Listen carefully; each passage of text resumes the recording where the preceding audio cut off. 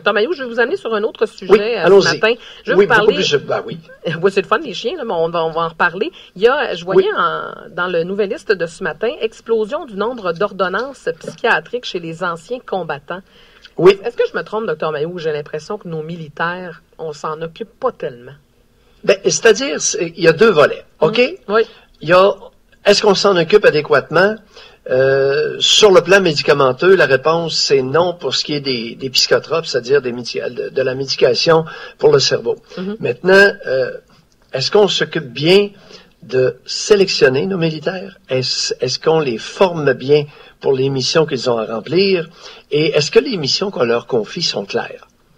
Tu sais, confier des missions de paix à des militaires armés, là, c'est un peu comme dire, écoute, t'es armé, mais attends qu'on te tire dessus avant de tirer. Il y a toutes sortes de messages. Alors, la sélection des candidats est extrêmement importante. Oui. La formation est très importante.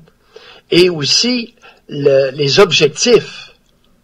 Et je t'assure que dans bien des cas, c'est nébuleux. Si on prend, par exemple, notre traumatisé le plus connu au Canada, le général Roméo Dallaire, sa mission de paix, là, au Rwanda, êtes-vous bien certaine que c'était clair, ça, cette affaire-là? Ça veut dire que sa mission qu'il comprenait bien la mission qu'il allait effectuer là-bas? C'est-à-dire qu'il la comprenait bien. Est-ce que la mission qu'on lui a confiée était clairement énoncée? Ou si on improvisait sur le terrain? Je me suis toujours posé cette question-là. Ça sentait dangereusement l'improvisation. Oui. Dr Mailloux? N'oublions pas que le général Roméo Dallaire a été réclamé par la Belgique pour un procès, une cour martiale.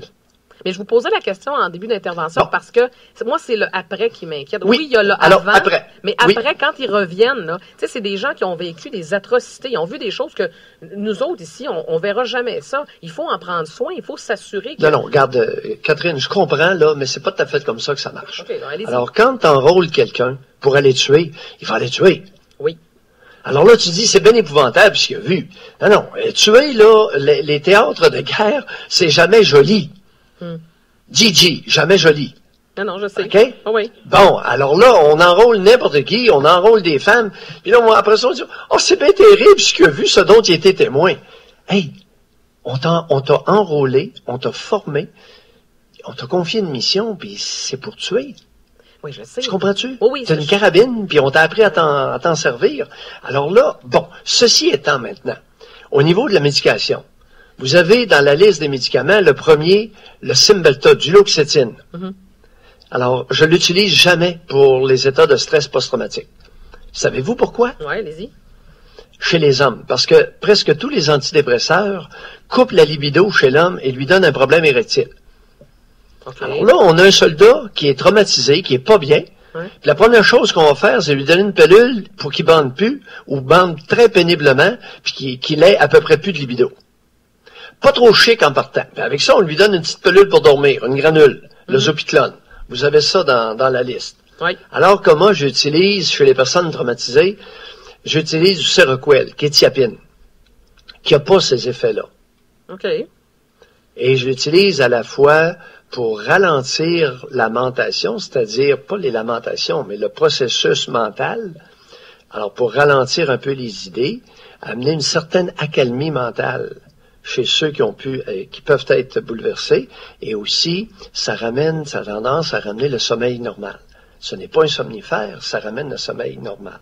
Alors ça, au niveau du traitement, je constate que le Cymbalta, j'ai des doutes énormes. J'aimerais ça que vous parliez, si possible, à des psychiatres militaires ou des psychiatres qui voient certains militaires, parce que j'en ai vu moi aussi. Et comment ils justifient ça? Tu traites un homme, la première chose que tu fais, tu lui coupes son érection.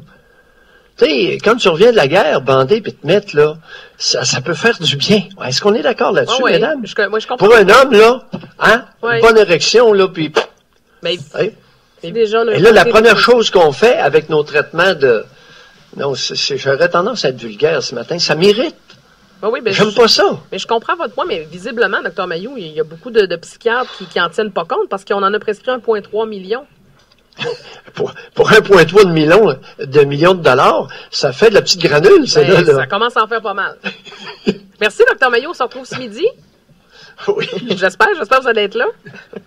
Oui, Catherine. Mais l'histoire des chiens puis l'histoire du Cymbalta, là, Ouais. j'aime pas en partant. Non, je le sais. On va reparler de ça. 7h25. Merci, Dr. Mayou. On se retrouve à compter de midi Bye bye. pour 106.9 Doc Mayou.